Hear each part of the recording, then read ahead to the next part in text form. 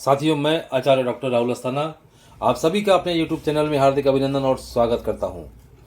दोस्तों, ज्योतिष का जो बेसिक कोर्स हमारा चल रहा है, इस बेसिक कोर्स में आज हम बात करेंगे अध्याय 5 और अध्याय 5 में भी आज हम बात करेंगे कुंडली के 12 भाव से संबंधित विचारणीय तथ्य। कुंडली के 12 भाव से क्या क्या विचार किया जाता है, आइए इसको देखते हैं। ये देखिए, ये कुंडली पूरा एक चक्र बना हुआ है। इसमें कुंडली के 12 भाव हैं। प्रथम भाव, द्वितीय भाव, तृतीय भाव, चतुर्थ भाव, पंचम भाव, षष्ठम भाव, सप्तम भाव, अष्टम, नवम, दसम, एकादश और द्वादश भाव। ये पूरे के पूरे देखिए 12 भाव हैं।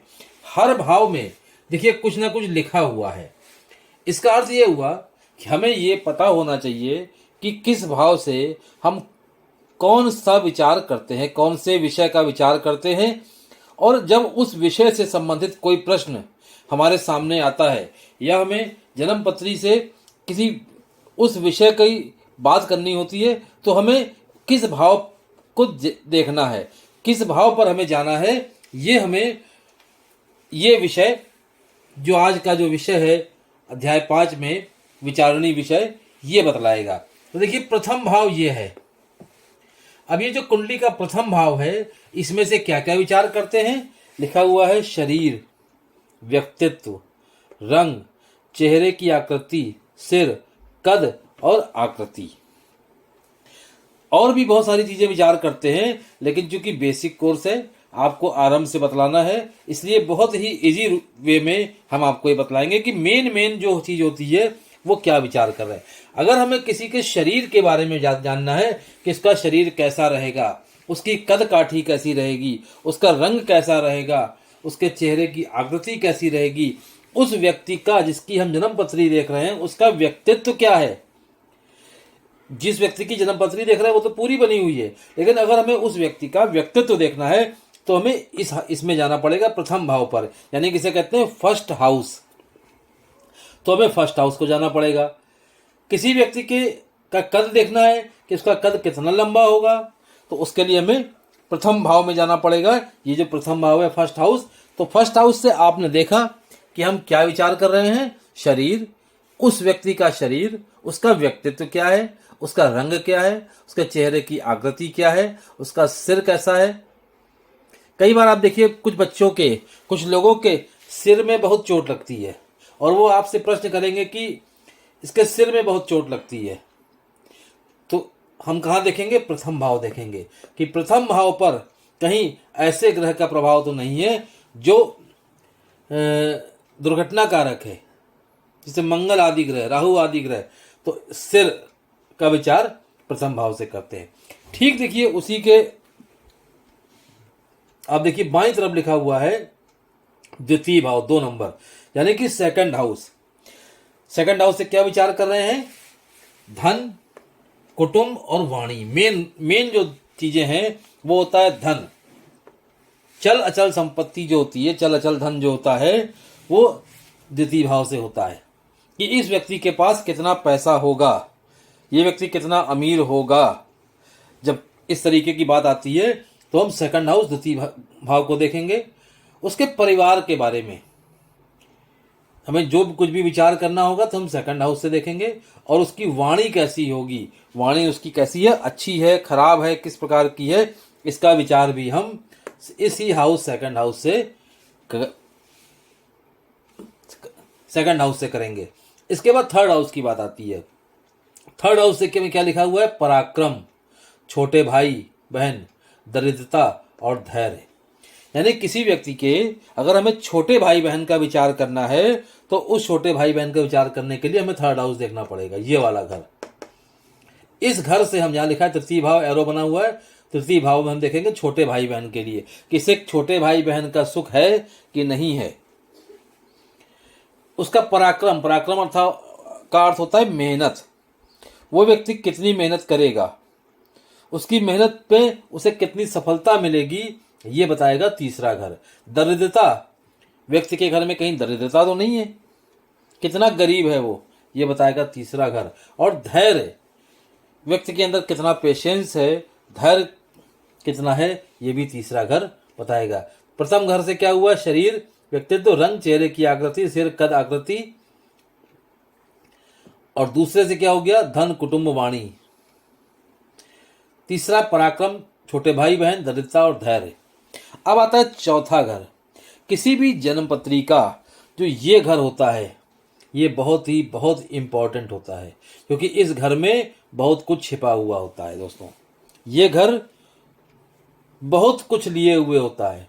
अगर इस घर का फल नहीं मिल रहा है व्यक्ति को, तो वह व्यक्ति का जो है जीवन एक तरीके से बहुत ही संघर्षपूर्ण हो जाता है।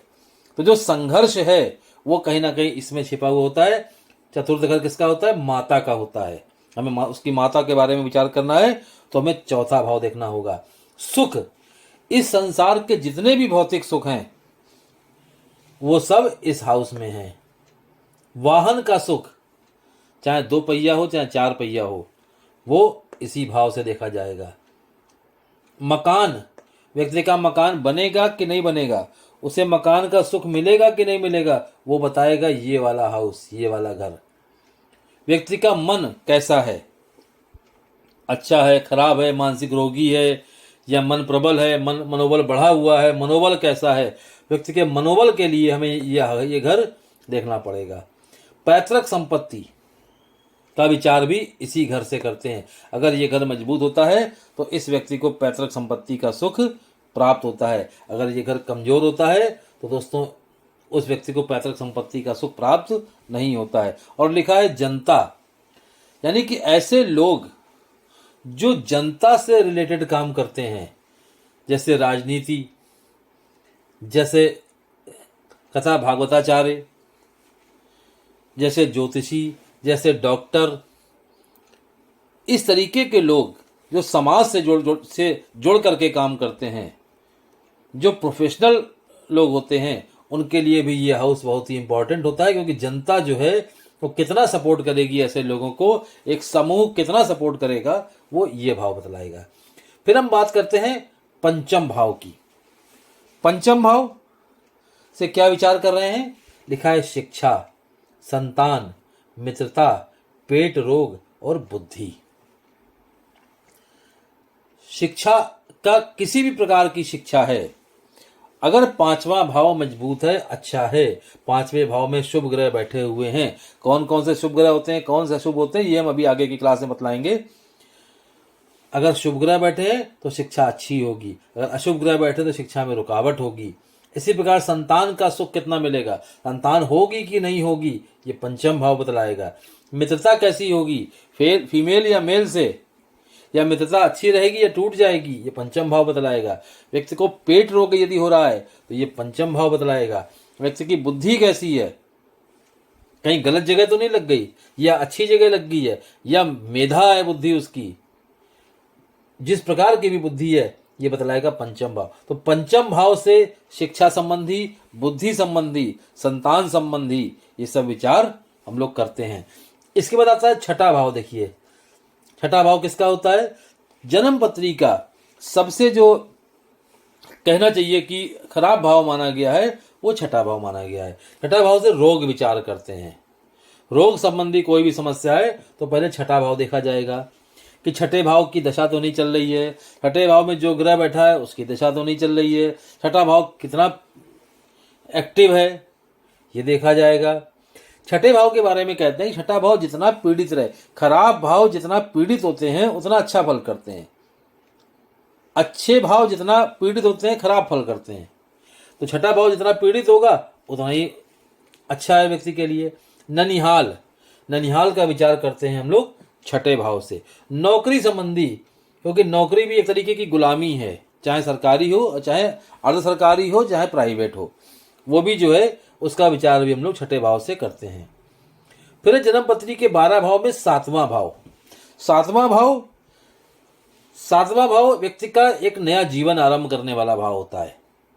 यहां से व्यक्ति का एक दूसरा जीवन आरंभ होता है, क्योंकि सप्तम भाव होता है विवाह का, सप्तम भाव होता है जीवन साथी का, और सप्तम भाव से हम लोग बड़ा व्यवसाय भी देखते हैं। तो सप्तम भाव क्या है, व्यक्ति का जीवन यहाँ से आरंभ होता है, ये चीजें उसको मिलती हुई आती हैं, और यहाँ पर आकर के इसमें केवल संतान का जो सुख है वो इस भाव के बाद एक्टिव होता है, बाकी सब पहले एक्टिव हो जाते हैं। सप्तम भाव जिससे क्या होता है, विवाह देखा जाएगा, जीवन साथी देखा जाएगा और व्यवसाय देखा जाएगा। इसके बाद आता है अष्टम भाव। अष्टम भाव से व्यक्ति की आयु देखी जाती है, ससुराल देखा जाता है और विदेश यात्रा देखी जाती है।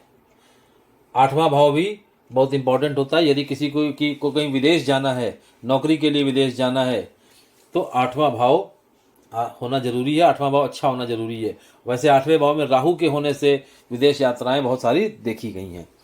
इसके बाद नवां भाव, ये कहलाता है नाइन्थ हाउस। नाइन्थ हाउस जो है उससे क्या देखते हैं, भाग्य। व्यक्ति का भाग्य कितना प्रबल है या व्यक्ति का भाग्य दुर्बल है, उसका विचार हम नवम भाव से करेंगे। धर्म, धर्म का विचार, व्यक्ति कितना धर्म करता है, यह व्यक्ति कितना धर्महीन है, इसका विचार भी हम नवम भाव से करेंगे। तीर्थ स्थान, कुछ लोग तीर्थ स्थान जाने के बड़े प्रेमी होते हैं, क्यों? क्योंकि उनका नाइन्थ हाउस अच्छा होता है।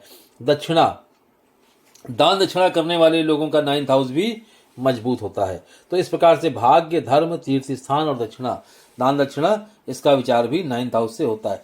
अब आगे टेंथ हाउस, जैसे फोर्थ हाउस इंपॉर्टेंट है वैसे टेंथ हाउस भी बहुत इंपॉर्टेंट है। दसम भाव, अर्थात दसम भाव से क्या विचार करते हैं, पिता का। व्यक्ति का कर्म क्षेत्र डिसाइड होता है कि व्यक्ति किस क्षेत्र में जाएगा, कौन सा काम करेगा, इसके लिए हमें 10वां घर देखना पड़ेगा। राजनीति, राजनीति में सरकार में वो मंत्री बनेगा, विधायक बनेगा या नहीं, सांसद बनेगा या नहीं, एमएलसी बनेगा कि नहीं, ये सब दसम भाव से विचार होता है। व्यक्ति का मान सम्मान और यश, ये सब दसम भाव से विचार होता है। इसके बाद आ गया एकादश। एकादश से आय देखी जाती है। किसी भी प्रकार की आय जो हो, अच्छी बुरी कैसी भी आय हो, छोटी बड़ी कम ज़्यादा जैसी भी आय हो, सरकारी गैर सरकारी अर्ध सरकारी कैसी भी हो, ये सब एकादश भाव से। लाभ की स्थिति एकादश भाव से देखी जाती है। एकादश भाव लाभ दिखाता है। बड़े भाई बहन का सुख कितना मिलेगा, यह भी एकादश भाव बतलाता है। इसके बाद द्वादश भाव, 12वां भाव जो है वो व्यय का भाव होता है। खर्च, व्यक्ति कितना खर्चीला है या कितना पैसे बचा रहा है, ये 12वां भाव बतलाएगा। कारावास, कारावास यानी कि सजा, सजा चाहे अच्छे काम के लिए हो चाहे बुरे काम के लिए हो, ये द्वादश भाव। व्यसन यानी कि किसी भी प्रकार की का नशा व्यक्ति करता है, तो ये 12वां भाव बतलाएगा। और विदेश गमन भी 12वां भाव बतलाएगा। इस प्रकार से 12 भावों के अलग अलग विषय हैं। हमें यह समझना आवश्यक है कि हम किस विषय का विचार कर रहे हैं। हम जिस विषय का विचार करेंगे हमें उसी भाव पर जाना होगा। ये देखिए, इस प्रकार से आपने देखा कि 12 भाव जो हैं वो अलग अलग विषय से संबंधित हैं। ऐसा नहीं है कि हमें अगर मान लीजिए किसी की शिक्षा देखनी है तो हमें पंचम भाव पर आना पड़ेगा। हमें अगर किसी की विवाह की बात करनी है तो हमें सप्तम भाव पर आना पड़ेगा। हमें किसी के आयु से संबंधित बात करनी है तो हमें अष्टम भाव पर आना पड़ेगा। तो अलग अलग भाव से अलग अलग विषय का विचार करेंगे और उसी प्रकार से हम फलित को निर्धारित करेंगे कि इसका क्या फल होना चाहिए। तो जब तक हमें यह नहीं पता होगा कि किस भाव से हम क्या विचार करेंगे तो हम जन्म पत्री क्या देखेंगे। हम चाहे 9 ग्रहों के बारे में कितना पढ़ लें, हम 12 राशियों के बारे में कितना पढ़ लें, लेकिन हमें अगर ये मालूम है कि हमें किस भाव में देखना है तो हमें ये देखना होता है कि इस भाव पर कौन सा ग्रह बैठा है। अगर हमें उस व्यक्ति के स्वयं के व्यक्तित्व के बारे में जानना है, किसी के व्यक्तित्व के बारे में जानना है, तो हमें ये देखना पड़ेगा यहाँ पर कौन से ग्रह बैठे हुए हैं। अगर हमें किसी के धन के बारे में जानना है तो यहाँ कौन से ग्रह बैठे हैं या नहीं बैठे हैं, उसका क्या फल है। इस तरीके से अलग अलग विषय को लेकर के पूरी कुंडली में हमें एक सब्जेक्ट तय करना होता है कि हम जिस विषय की बात कर रहे हैं उस विषय से संबंधित हम भाव को देखेंगे और उस भाव के फल को निकालेंगे। मित्रों, हो सकता है हमारी बात कुछ आपको समझ में आई हो, कुछ ना समझ में आई हो, लेकिन जब आप इस वीडियो को बार बार देखेंगे तो आपको पूरा कॉन्सेप्ट क्लियर हो जाएगा कि हम आपको जो बताना चाह रहे थे वो आपकी समझ में आया। आगे के वीडियो में हम पुनः एक नए आगे के विषय के साथ हाजिर होंगे।